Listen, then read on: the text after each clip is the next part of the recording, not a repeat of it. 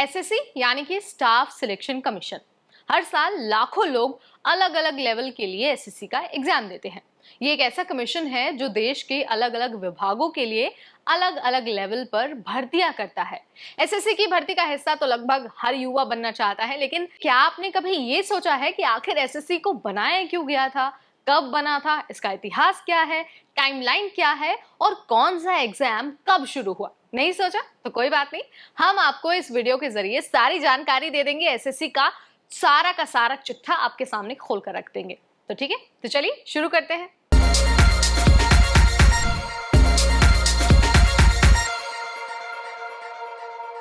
नमस्कार, मैं हूं नेहा उपाध्याय आपके साथ। दोस्तों, अगर हमें एसएससी के इतिहास के बारे में जानना है ना, तो हमें 1975 के टूर पर जाना होगा। ये वही साल था जब भारत सरकार ने 4 नवंबर को एक आयोग बनाया जिसका नाम रखा गया सबऑर्डिनेट सर्विस कमीशन। इस आयोग का मुख्य उद्देश्य था लोअर कैटेगरी के पोस्ट के लिए रिक्रूटमेंट करना या फिर जो रिक्रूटमेंट ड्राइव होता है उसे चलाना। लेकिन बाद में 1977 में इसका नाम बदलकर स्टाफ सिलेक्शन कमीशन रखा गया, जिसे आज आप एसएससी के नाम से जानते हैं। उसके बाद बारी आती है 1999 की, जब एसएससी ने ऑनलाइन एग्जाम कंडक्ट कराना शुरू किया। और ऐसा इसलिए किया ताकि जो एग्जाम का प्रोसेस है ना, वो और भी ज्यादा आसान हो सके और कैंडिडेट्स के लिए जो प्रोसेस है वो ट्रांसपेरेंट हो सके। फिर उसके बाद बारी आती है 2006 की, जब एसएससी का हेडक्वार्टर दिल्ली ट्रांसफर हो गया। इसके बाद समय आता है सन 2000 से 2009 का। ये वही टाइमलाइन है जो एसएससी की हिस्ट्री में सबसे इंपॉर्टेंट है, क्योंकि यही वो समय था जब सीजीएल और जूनियर इंजीनियर यानी कि जेई जैसे एग्जाम्स को शुरू किया गया था। 2000 में एसएससी कंबाइंड ग्रेजुएट लेवल यानी कि सीजीएल एग्जाम शुरू हुआ। 2003 में सीएचएसएल डेटा एंट्री ऑपरेटर यानी कि डीईओ और एलडीसी यानी कि लोअर डिवीजन क्लर्क जैसे पोस्ट पर भी एग्जाम कंडक्ट कराया जाने लगा। 2008 में एमटीएस और 2009 में जूनियर इंजीनियर एग्जाम की शुरुआत हुई।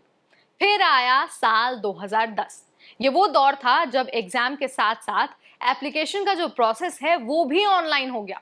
आपको याद होगा कि 2010 से पहले एसएससी की भर्तियों के लिए जो फॉर्म भरे जाते थे ना, वो ऑफलाइन फॉर्म होते थे, लेकिन इस प्रोसेस में उतनी सहूलियत नहीं होती थी। इसके अलावा 2014 में स्टेनोग्राफर एग्जाम शुरू हुआ, जो अलग अलग डिपार्टमेंट के लिए कंडक्ट कराया जाने लगा। फिर बारी आती है 2016 से 2018 की, जब सीजीएल, सीएचएसएल और जेई के एग्जाम पैटर्न में बड़े बदलाव हुए। तो ये था एसएससी का इतिहास और उसके एग्जाम्स की टाइमलाइन। उसके बाद का तो प्रोसेस आपको पता ही है, सारी चीजें आपके सामने हैं। हर साल एसएससी अलग अलग लेवल्स के लिए, अलग अलग डिपार्टमेंट्स के लिए, अलग अलग पोस्ट पर एग्जाम कंडक्ट कराता रहता है। आपको ये जानकारी कैसी लगी? Let me know in the comment section. SSC के बारे में आप और कुछ भी जानना चाहते हैं तो भी आप हमें कमेंट के जरिए जानकारी दे सकते हैं। वीडियो पसंद आया तो हिट द लाइक बटन। ऐसे और वीडियोस के लिए stay tuned to NBT Tech add.